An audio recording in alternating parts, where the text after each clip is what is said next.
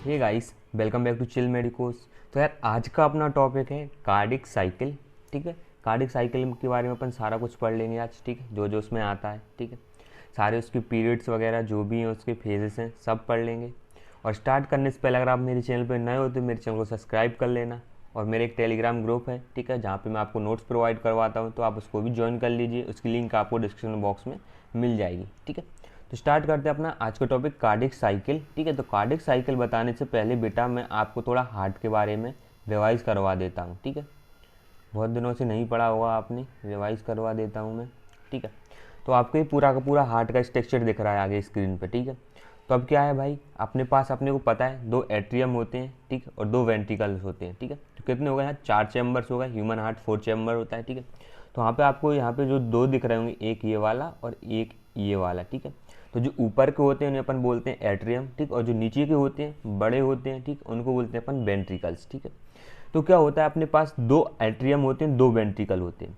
अब क्या होता है, एक राइट साइड में होता है, एक लेफ्ट साइड में होगा। तो एक को बोलते हैं अपन राइट एट्रियम, ठीक है, राइट साइड वाले को, और लेफ्ट साइड बोलते हैं लेफ्ट एट्रियम। ठीक है, ऐसा ही होता है वेंट्रिकल्स के साथ। लेफ्ट साइड का वेंट्रिकल हो जाएगा अपना लेफ्ट वेंट्रिकल, ठीक है, और राइट साइड का वेंट्रिकल हो जाएगा अपना राइट वेंट्रिकल। ठीक है, अब तो चैम्बर हो गए। अब क्या होगा, अब चैम्बर्स में कुछ वेसल्स ओपन होंगी, ठीक है, और कुछ वहाँ से ब्लड लेके जाएंगे। ठीक है, तो अब देखो, पहले मैं राइट एट्रियम की बताता हूँ। राइट एट्रियम में अपना कौन सा ब्लड आता है बेटा, डीऑक्सीनेटेड ब्लड है। तो कहाँ से आएगा, बॉडी से। ठीक है, बॉडी के टिश्यू से आएगा ब्लड।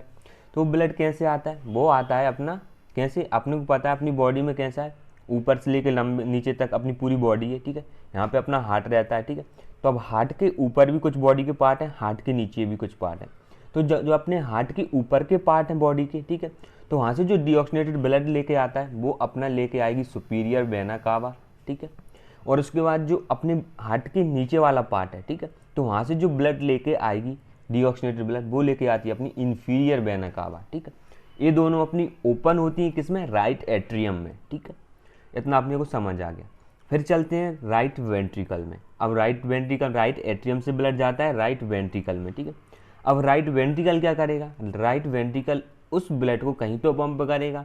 तो वो अपना पंप करता है कहाँ पे, लंग्स की साइड पे। ठीक है, पल्मोनरी साइड पे। क्यों, क्योंकि वहाँ पे उसका जो डिऑक्सीनेशन था, मतलब उसमें क्या थी, CO2 ज़्यादा थी, तो CO2 के एक्सचेंज करके ऑक्सीजन ला सके, फिर से उसको ऑक्सीजनेट कर सके। तो इसलिए राइट वेंट्रिकल्स पंप करता है अपना ब्लड लंग्स की साइड पे। ठीक है, तो उसको पंप करने के लिए अपना एक वेसल्स की ज़रूरत वो होती है, अपन ऐसा बोल सकते हैं।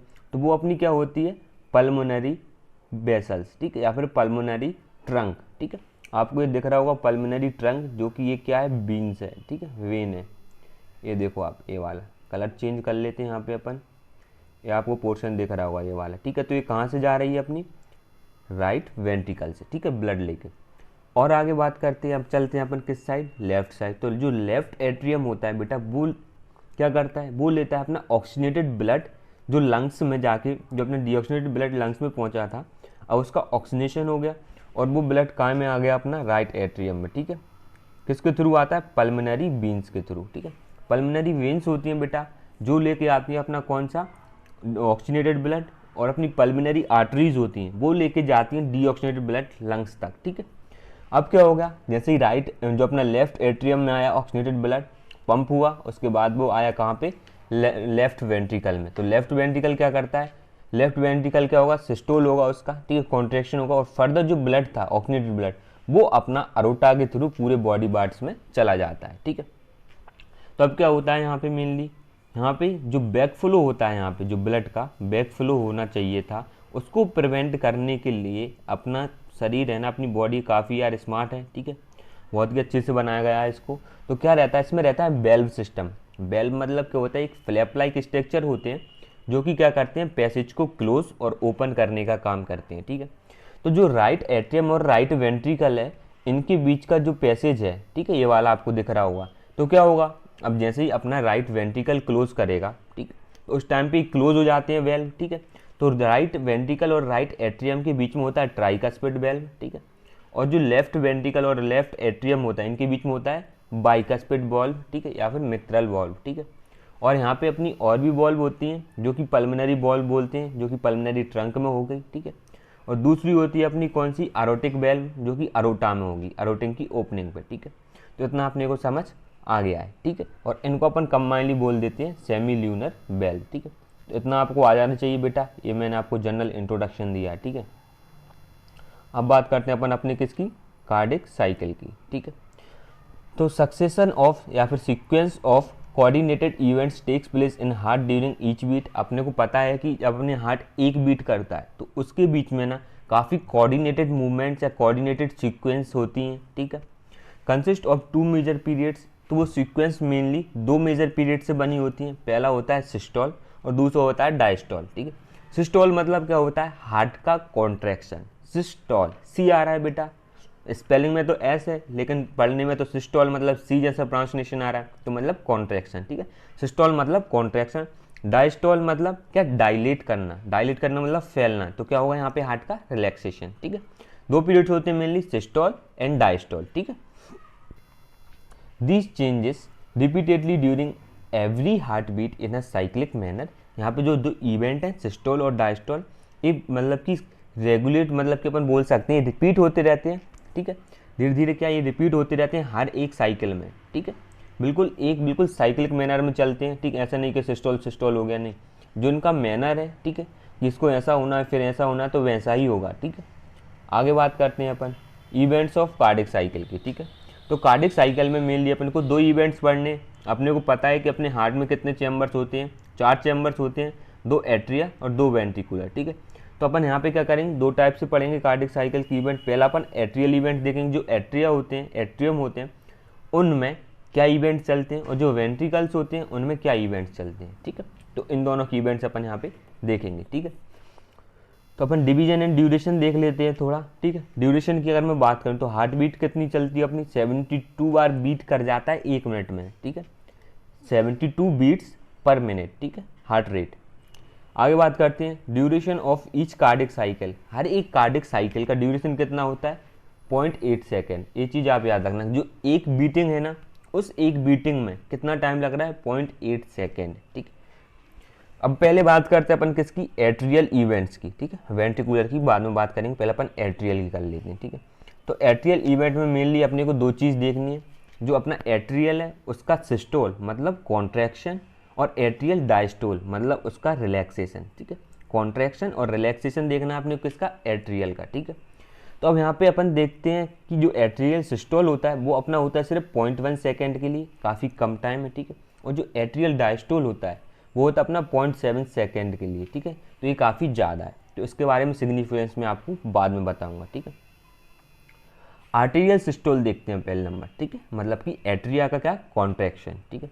Also known as last rapid filling phase, ठीक है, और प्री सिस्टोल, ठीक है। इसको अपन लास्ट रैपिड फिलिंग फेज भी बोलते हैं, ठीक है, और प्री सिस्टोल भी बोलते हैं, ठीक है। आगे बात करते हैं consider as the last phase of ventricular diastole. इसको अपन कंसीडर कर सकते हैं कि अपना last phase of ventricular diastole होता है, ठीक है।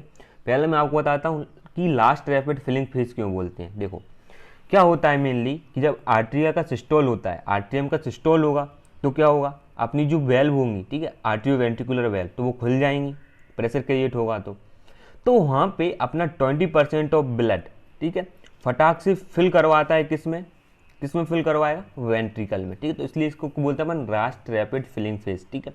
इसके बाद सेकंड बात यहाँ पे सुनो कि last phase of ventricular diastole इसलिए बोलते हैं कि आप यहाँ पे देखिए, यहाँ पे आपको क्या दिख रहा है, यहाँ पे आप खुद देखिए कि एस मतलब आर्टिकुलर सिस्टोल, जो कि अपना 0.1 सेकेंड के लिए है, ठीक है।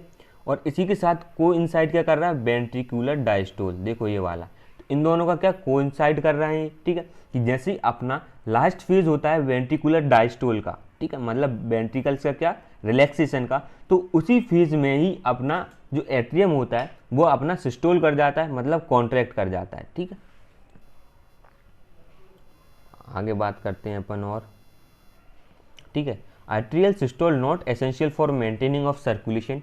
जो एट्रियल सिस्टोल होता है, एट्रियल कॉन्ट्रैक्शन होता है, वो जरूरी नहीं होता मेंटेन करने के लिए किसको, सर्कुलेशन को, ठीक है। इसलिए विथ पर्सन मतलब कि person with atrial fibrillation survive for years without suffering from circulatory insufficiency, मतलब कि अगर कोई पर्सन है जिसको एट्रियल फिब्रिलेशन हुआ है, मतलब कि जो एट्रिया है, ठीक है, उसमें फाइब्रोसिस वगैरह हो गई, ठीक है, फाइबर्स वगैरह ज़्यादा डेवलप्ड हो गए, तो उसमें क्या अपना जो एट्रिया होगा वो सही से कॉन्ट्रैक्ट नहीं कर पाएगा, ठीक है। लेकिन बट उन पर्सनस में जो सर्कुलेटरी प्रॉब्लम थी वो बिल्कुल नहीं आती है। क्यों? क्योंकि जो सर्कुलेशन होता है वो अपना आर्टेरियल सिस्टोल पर डिपेंड ही नहीं करता इतना, ठीक है, इतना ज़रूरी ही नहीं है वो। तो इसलिए जब आर्टेरियल में कोई भी अपने को ऐसा दिखता है कि आर्टेरियल फिब्रिलेशन वगैरह, तो इतनी ज़्यादा दिक्कत क्रिएट नहीं होती सर्कुलेशन में। क्यों? क्योंकि उसका अपने सर्कुलेशन से इतना ज़्यादा रिलेशन नहीं होता। अगर वहीं वेंट्रिकल होता तो यार कॉमन सी बात है कि वहाँ पे काफ़ी इफेक्ट पड़ता, ठीक है।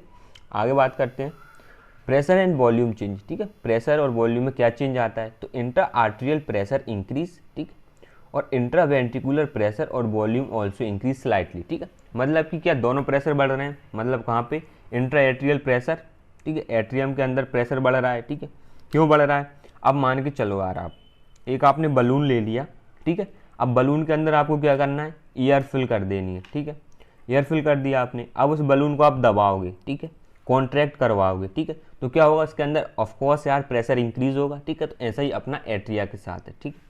और इंट्रा वेंट्रिकुलर प्रेशर और volume also increase slightly. Ventricles में क्यों वॉल्यूम इंक्रीज होता है? देखो बेटा, जब एट्रियम रहता है ना, तो एट्रियम कॉन्ट्रैक्ट होगा तो जो एट्रियो वेंट्रिकुलर वेल्व होती है वो ओपन हो जाएगी। अगर वो ओपन हो जाएगी तो जो ब्लड था, ठीक है, तो स्लाइटली ब्लड, मतलब जो एट्रियम होता है, ठीक है, वो कहाँ पे चला जाता है? वेंट्रिकल में। तो वेंट्रिकल में थोड़ा सा ब्लड जाने की वजह से वेंट्रिकल क्या कर जाता है? थोड़ा एक्सपांड करेगा, ठीक है। तो इस वजह से थोड़ा उसके अंदर भी प्रेशर इंक्रीज होगा और उसके बाद थोड़ा सा उसका वॉल्यूम भी बढ़ जाएगा, ठीक है। मतलब फोर्थ हार्ट साउंड, ठीक है, फोर्थ हार्ट साउंड कैसे आता है अपने को? Contraction of atrial musculature cause production of fourth heart sound, ठीक है। अपन हार्ट साउंड पढ़ेंगे तो उसमें जो चौथा हार्ट साउंड आता है वो क्यों आता है? क्योंकि जो एट्रियल मसल्स होती हैं वो कॉन्ट्रैक्ट करती हैं, इस वजह से अपने को फोर्थ साउंड सुनाई देने पड़ता है, ठीक है, सुनाई में पड़ता है, ठीक है। अब बात करते हैं अपन एट्रियल डायस्टोल की, ठीक है। अपन ने एट्रियल सिस्टोल देख लिया, अब एट्रियल डायस्टोल की बात करते हैं, मतलब कि रिलैक्सेशन ऑफ एट्रियम, ठीक है। साइमल्टेनियसली वेंट्रिकुलर सिस्टोल स्टार्ट, ठीक है। जो वेंट्रिकुलर है, जैसे मान के चलो कि अपना एट्रियम का सारा अपने सिस्टोल देख लिया, जैसे ही सिस्टोल खत्म होता है तो वैसे ही स्टार्ट होता है अपना क्या? एट्रियल का डायस्टोल, ठीक है। और उसी टाइम पे अपना जस्ट स्टार्ट होता है क्या? वेंट्रिकल का सिस्टोल, मतलब कि वेंट्रिकल का कॉन्ट्रैक्शन स्टार्ट होगा और उसी टाइम पे अपना एट्रियम का रिलैक्सेशन स्टार्ट होगा, ठीक है। आगे बात करते हैं, लास्ट फॉर अबाउट 0.7 सेकेंड। इसका ड्यूरेशन कितना है एट्रियल डायस्टोल का? 0.7 सेकेंड, ठीक है। आगे बताऊंगा और आपको अच्छे से, ठीक है। तो long atrial diastole is necessary because the rapid, ठीक है, the period during which atrial filling takes place, ठीक है। अब मान के चलो कि अब क्या होना है? एट्रियम का क्या? डायस्टोल, मतलब एट्रियम को क्या करना है? फैलना है, ठीक है। तो अब एट्रिया का क्या रिलैक्सेशन होगा? तो ये फैलेगा।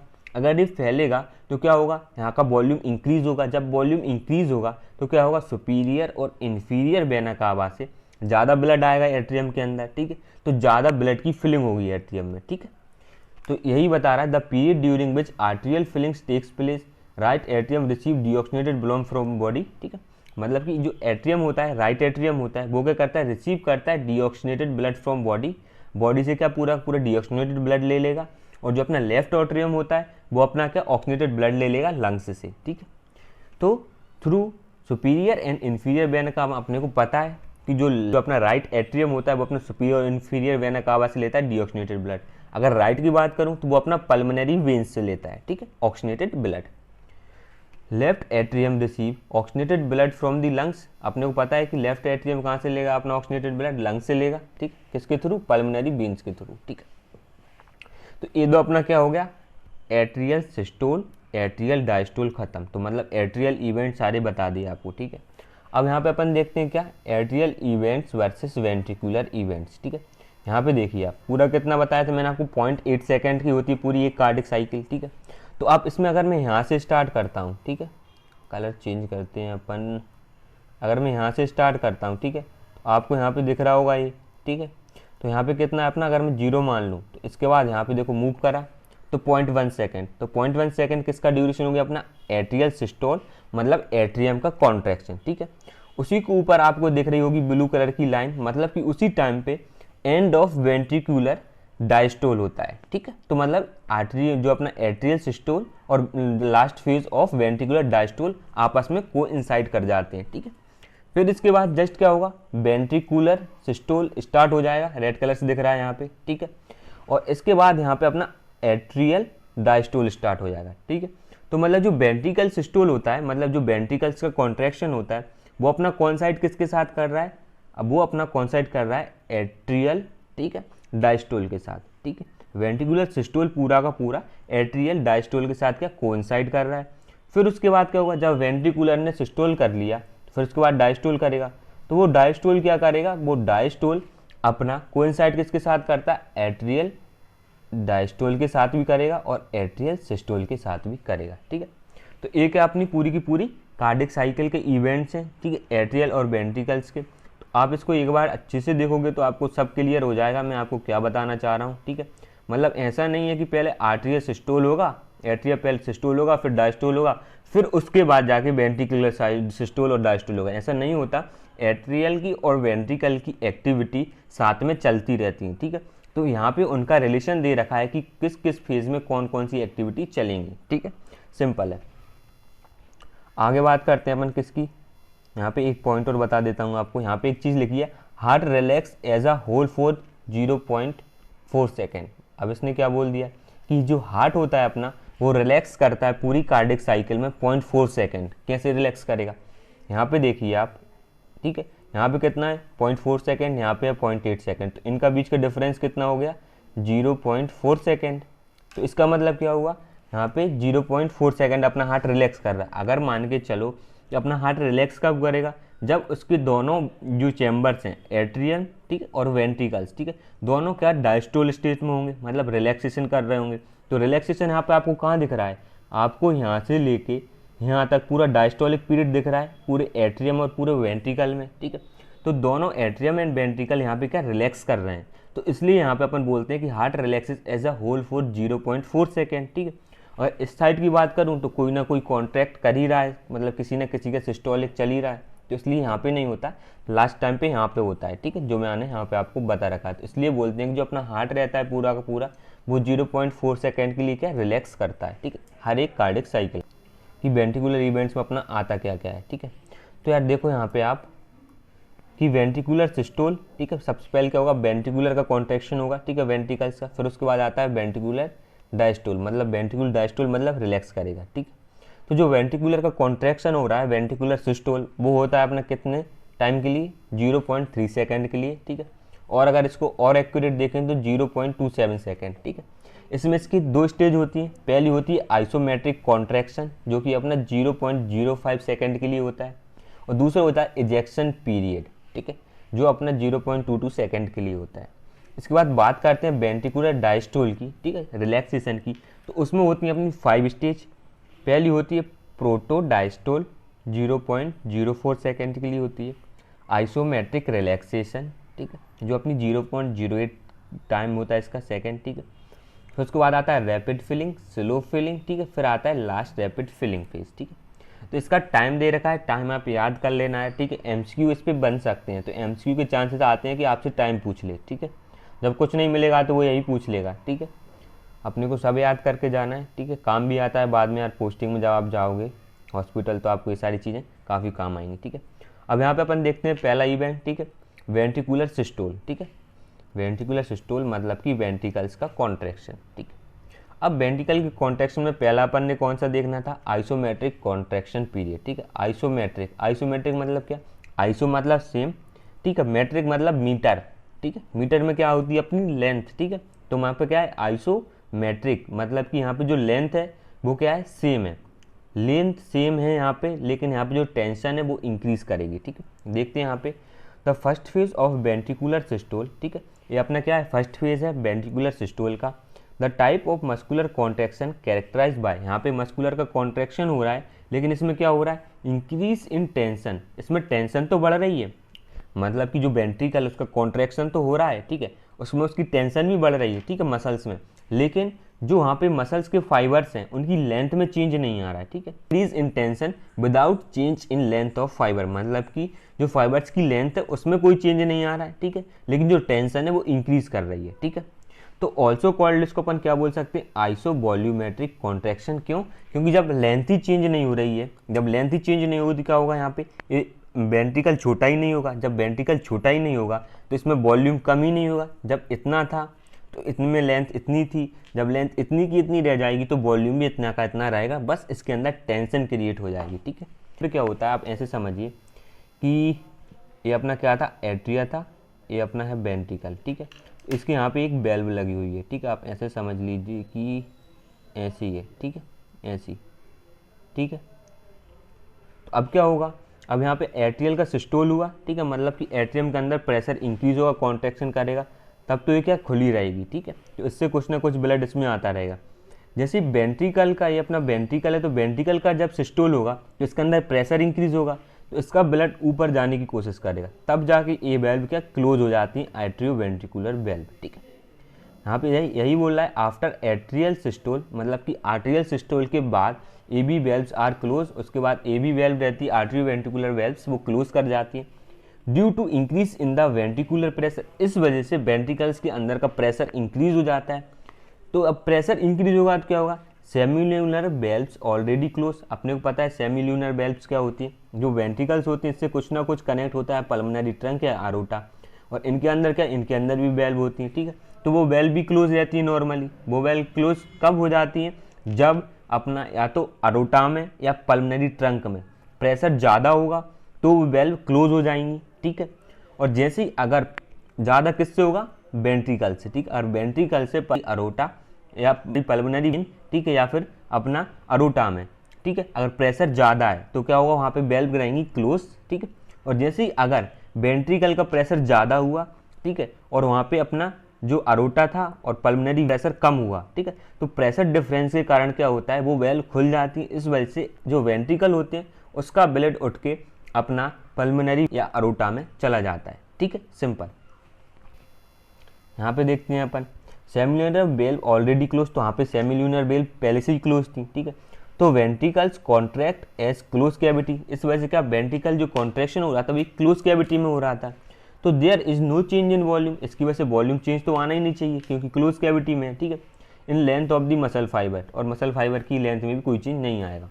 Only tension increase in ventricular musculature, मतलब जो वेंट्रिकल्स के मसल्स थी उसमें सिर्फ टेंशन इंक्रीज होता है, ना कि वॉल्यूम में चेंज आता और ना ही मसल फाइबर्स की लेंथ में चेंज आता। ठीक है, और इसकी वजह से अपने को यहाँ सुनाई देता है फर्स्ट हार्ट साउंड। क्यों? क्योंकि यहाँ पे क्लोजर ऑफ आर्टियो ventricular valve is begin of phase. ठीक है, इस फेज की स्टार्टिंग में जो ए बी वेल्व होती है, आर्टियो वेंट्रिकुलर वेल्व, वो क्लोज होती है। इनकी वजह से ही अपने को फर्स्ट साउंड सुनाई पड़ता है। ठीक, सिग्निफिकेंस क्या होता है, when pressure increase above the pressure in aorta and pulmonary trunk, तो सेमिल्यूनर वेल्व खुल जाती है। इसका मतलब क्या हुआ, when pressure increase above the pressure in aorta and pulmonary artery. ठीक है, अब क्या होगा, यहाँ पे जो पल्मोनरी आर्टरी है, ठीक है, तो पल्मोनरी आर्टरी में प्रेशर बढ़ गया, ठीक है, और अपना वेंट्रिकल में कम था, ठीक है, नॉर्मली। लेकिन क्या हुआ, यहाँ पे अपना सिस्टोल हो गया वेंट्रिकल का, तो वेंट्रिकल का प्रेशर बढ़ जाएगा और इनका प्रेशर कम हो जाएगा। जब इनमें प्रेशर कम हो गया तो वो वेल्व खुल जाएंगी, ठीक है, सेमिल्यूनर वेल्व। तो इस वजह से इजेक्शन ऑफ ब्लड हो जाता है अपना अरोटा एंड पल्मोनरी आर्टरी में, ठीक है, पल्मोनरी ट्रंक में। ठीक है, सिंपल। अब देखते हैं अपन सेकेंड इजेक्शन पीरियड क्या होता है। ठीक है, तो इजेक्शन पीरियड को अपन 2 स्टेज में डिवाइड करते हैं। पहला होता है रैपिड इजेक्शन पीरियड, दूसरा होता है स्लो इजेक्शन पीरियड। रैपिड का मतलब क्या हुआ, जल्दी से इजेक्ट होगा ब्लड बाहर, और दूसरा स्लो मतलब धीरे धीरे होगा। तो क्या, large amount of blood rapidly eject from the both the ventricles, ठीक है, लास्ट फॉर कितना 0.13 सेकेंड, इतने सेकेंड के लिए अपना चलता है रैपिड इजेक्शन पीरियड। ठीक है, और blood ejected slowly with much less force, मतलब यहाँ पे फोर्स भी कम रहेगी और उसके साथ स्लो स्लो आराम से निकलता है, जिसका ड्यूरेशन होता है 0.09 सेकेंड। आपको पता है जब वेंट्रिकल में कॉन्ट्रैक्शन होगा, जब सेमिल्यूनर वेल्व खुल गई तो उससे ब्लड भी तो बाहर निकलेगा, तो स्टार्टिंग में क्या फोर्स ऑफ कॉन्ट्रैक्शन ज़्यादा होता है तो ज़्यादा ब्लड निकलेगा, तो रैपिड इजेक्शन पीरियड होगा। और उसके बाद जैसे ही क्या उसका फोर्स ऑफ कॉन्ट्रैक्शन धीरे धीरे कम होता जाएगा, तो वहाँ पे अपने को स्लो इजेक्शन पीरियड देखने को मिलता है। ठीक है, एक और टर्म आता है एंड सिस्टोलिक वॉल्यूम। ठीक है, एंड सिस्टोलिक वॉल्यूम क्या कहता है, the amount of blood remains in ventricle at the end of ejection period. ठीक है, एंड ऑफ सिस्टोल। ठीक है, मतलब कि यहाँ पे अपना रैपिड और स्लो इजेक्शन पीरियड चल गया। ठीक है, यहाँ पे क्या हो गया, अपना यहाँ पे अपना जो वेंट्रिकल था उसने सिस्टोल कर लिया, कॉन्ट्रैक्ट कर दिया, उसका पूरा कॉन्ट्रैक्शन होने के बाद भी ब्लड बाहर निकल गया, लेकिन उसके बाद भी उसमें कुछ ना कुछ ब्लड बच जाता है, ठीक। उसी को अपन बोलते हैं एंड सिस्टोलिक वॉल्यूम, मतलब सिस्टोल की एंड प्रोसेस पे जो ब्लड बच गया है उसी को बोलेंगे एंड सिस्टोलिक वॉल्यूम, ठीक है, समझ आ गया। इसकी वैल्यू होती है 60 से 80 ml पर वेंट्रिकल, मतलब एक वेंट्रिकल में 60 से 80 ml ऑफ द ब्लड बच जाता है, ठीक है। अगर दोनों की बात करें तो 120 से लेके 160 ml तक, ठीक है। आगे बात करते हैं अब इजेक्शन फ्रैक्शन, ठीक है। इजेक्शन फ्रैक्शन को मैं नॉर्मल आपको समझा देता हूँ, किससे, फॉर्मूला समझाऊंगा पहले, ठीक है। तो इजेक्शन फ्रैक्शन का फॉर्मूला क्या होता है, SV/EdV, ठीक है। SV क्या होता है अपना यहाँ पे, SV इक्वल तो होता है EdV माइनस ESV, ठीक है, and diastolic volume minus and systolic volume, ठीक है। अब आप एक चीज़ समझिए कि डायस्टोल मतलब क्या, यहाँ पे ये फैल जाना, ठीक है, और सिस्टोल मतलब क्या, यहाँ पे वेंट्रिकल था ये कॉन्ट्रैक्ट हो गया, ठीक है। तो अब डायस्टोल में यहाँ पे कुछ ज़्यादा भरा होगा, ठीक है, सिस्टोल में यहाँ पे कम बचा होगा, ठीक है। मतलब कि क्या हो गया, मतलब कि जो एंड डायस्टोलिक वॉल्यूम होता है वेंट्रिकल का, ठीक है, एंड डायस्टोलिक वॉल्यूम वेंट्रिकल का, तो वेंट्रिकल ने पूरा क्या फैल गया है, जितना ब्लड भर सकता था उसने भर लिया, ठीक है।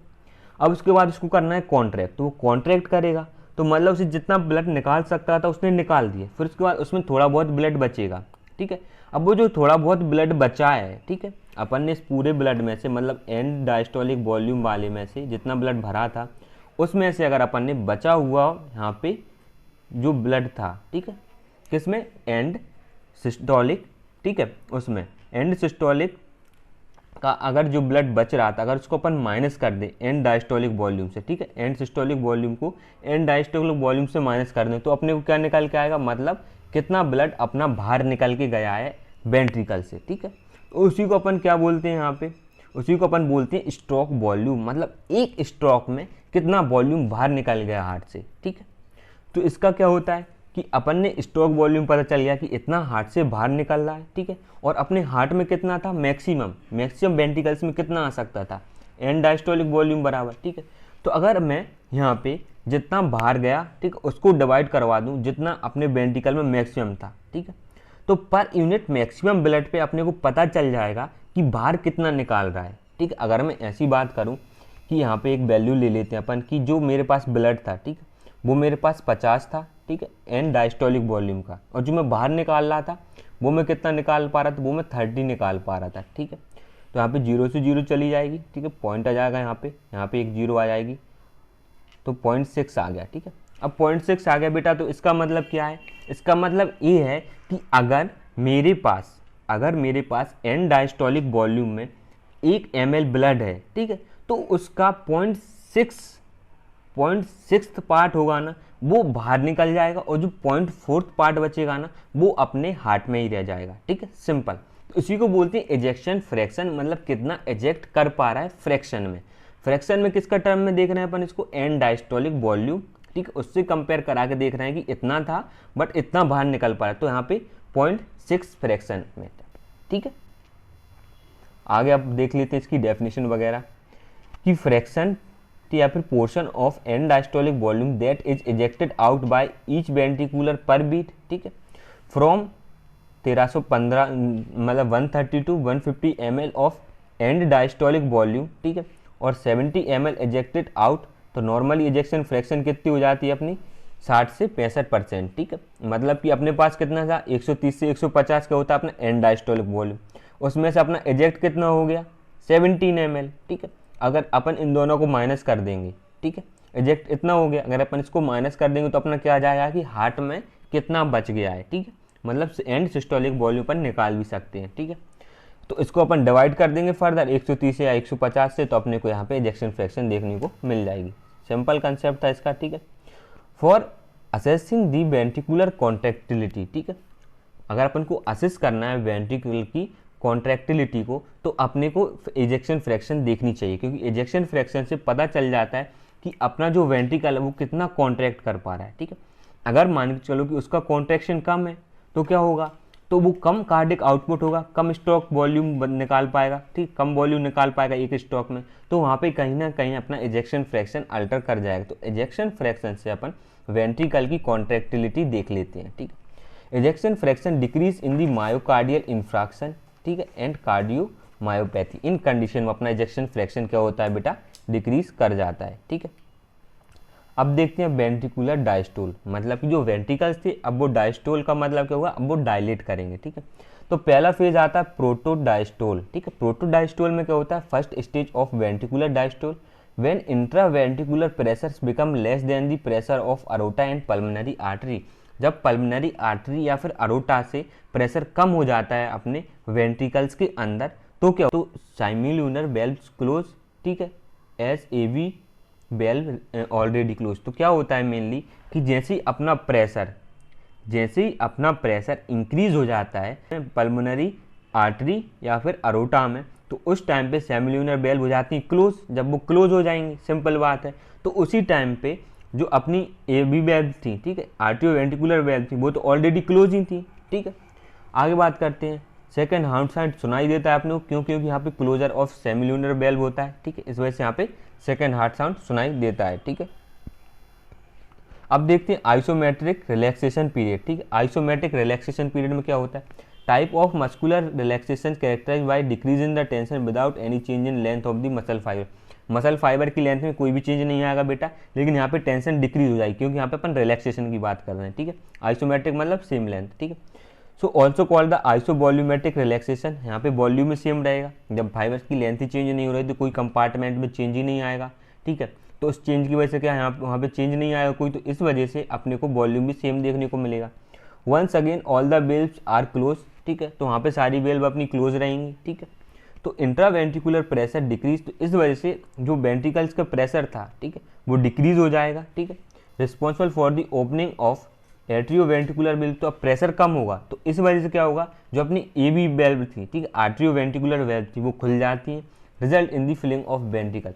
जब मान चलो कि एट्रियोवेंट्रिकुलर वेल्व खुल जाएंगी, तो क्या होगा, एट्रियम का जो ब्लड है वो धीरे धीरे रिस के वेंट्रिकल में आएगा और वेंट्रिकल की फिलिंग स्टार्ट हो जाएगी। ठीक है, आगे बात करते हैं रैपिड फिलिंग फेज। जब अपना ए बी वेल्व खुल गई, आर्ट्रियोवेंट्रिकुलर वेल्व खुल गई, तो धीरे धीरे ब्लड आ रहा है, तो वहाँ पे क्या होता है मेनली, जैसे ही फटाक से खुलती है, तो उस टाइम पे क्या होता है, अपना एट्रियम में ब्लड तो आ चुका है, तो वो एकदम से फटाक से रैपिडली आता है। तो when atrioventricular valves are open suddenly rushing of blood from the atria into ventricle, तो वेंट्रिकल में जल्दी जल्दी ब्लड आएगा। कम से कम 70% of the filling takes place, तो 70% ऑफ द वेंट्रिकल फिल हो जाता है अपना रैपिड फिलिंग फेज में। ठीक है, यहाँ पे अपने को थर्ड हार्ट साउंड सुनाई देता है, rushing of the blood into ventricle.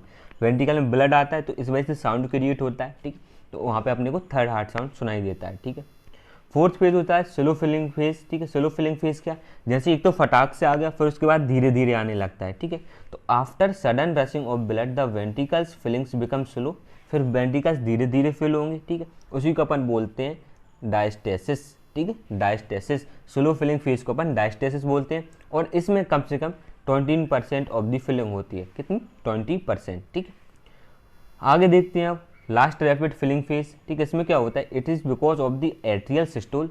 अभी तक तो आर्टिया डायस्टोल था, जब एट्रिया अपना पूरा का पूरा बेटा डायस्टोल था, तो उस टाइम पे मैंने आपको बताया था रिलेशन में कि उस टाइम पे अपना वेंट्रिकल भी क्या था, डायस्टोल स्टेट में था। लेकिन जब वेंट्रिकुलर डायस्टोल में ही था, तो उस टाइम पे अपना क्या होता था, 0.1 सेकेंड के लिए एट्रियल का सिस्टोल। तो अब उसी 0.1 सेकेंड में अपना, या तो मैं ये बोल सकता हूँ कि अपना जो लास्ट फेज था वेंट्रिकुलर डायस्टोल का, ठीक है, तो उसी में अपना कोइंसाइड करता था एट्रियल सिस्टोल। ठीक है, 0.1 सेकेंड के लिए। तो उसी फेज में अब जैसे आर्टरिया कॉन्ट्रैक्ट होगा, तो भाई ब्लड तो जाएगा, ए बी वेल्व खुली है तो आर्टरिया से वेंट्रिकल में जाएगा। ठीक है, तो atrial contract and push small amount of blood into the ventricle. ठीक, अबाउट 10% फिलिंग। तो 10% फिलिंग होती है सिर्फ अपनी किससे, एट्रियल के कॉन्ट्रैक्शन से, एट्रियल के सिस्टोल से। तो इसीलिए बेटा मैंने आपको बताया था कि एट्रियल के जो सिस्टोल होते हैं, अगर उसमें कोई भी प्रॉब्लम आती है तो वो सर्कुलेशन को इतना इफेक्ट नहीं कर पाते, क्योंकि उससे सिर्फ 10% ऑफ फिलिंग हो रही है वेंट्रिकल्स की। ठीक है, अगर मान चलो कि एट्रियल सिस्टोल नहीं हो पा रहा है, ठीक है, तो कम से कम 90% कम से कम फिलिंग तो हो रही है वेंट्रिकल की। अगर एट्रियल काम नहीं करेगा तो 90% तो अपने आप हो रही, तो काम चल पड़ेगा नॉर्मली। ठीक है, तो flow of additional amount of blood into the ventricles due to atrial systole called the atrial kick. ठीक है, अब से क्या, अब एट्रियल ने सिस्टोल किया, कॉन्ट्रैक्ट किया, तो मतलब उसने एक किक मारी किसको, ब्लड को, कि चल तू निकल यहाँ से वेंट्रिकल में जा। ठीक है, तो इसलिए उसको अपन बोलते हैं एट्रियल किक। ठीक है, अब आते हैं अपन एंड डायस्टोलिक वॉल्यूम पे, ठीक है। तो amount of bloods remaining in each ventricle, ठीक है। अगर अपन हर एक वेंट्रिकल की बात कर रहे हैं कि amount of blood remains in each ventricle at the end of diastole, मतलब कि डायस्टोल के आखिरी में हर एक वेंट्रिकल में कितना ब्लड बच जाता है, ठीक है। मतलब कि आप बोल सकते हैं कलेक्ट हो जाता है, ठीक है। Total blood collection in the each ventricles, ठीक है, वो होता है अपना 130 से 150 ml पर वेंट्रिकल। एक वेंट्रिकल में 130 से 150 ml of the blood collect हो जाता है, ठीक है, जो कि मैक्सिमम ब्लड कलेक्शन होता है अपना किस में, वेंट्रिकल में। सबसे ज़्यादा कलेक्ट कितने कर सकता है वेंट्रिकल, 130 से 150 ml पर वेंट्रिकल, ठीक है। तो ये अपना पूरा का पूरा कंप्लीट हो गई कार्डिक साइकिल। लेक्चर थोड़ा बड़ा हो गया बेटा, तो रुक रुक के आराम से देख लेना आप सभी लोग, ठीक है। धैर्य रखना, थोड़ा सब्र रखना, फल मिलेगा आपको उसके एग्जाम में, ठीक है। तो इसलिए सब्र बनाए रखना, अच्छे से पढ़ना लेक्चर को। यहाँ पे एक चार्ट दे रखा है मैंने, एक साइकिल है, तो इसको आप एग्जाम टाइम पे रिवाइज कर लेना जनरल कॉन्सेप्ट के लिए, इसको पढ़ लेना। जैसे अपनी यूनिट खत्म होती है वैसे नोट्स भी अपलोड कर दूंगा, तो आप नोट्स भी ले लेना। बाकी अच्छे से पढ़ाई करो, मेहनत करो। Thank you for watching and keep learning.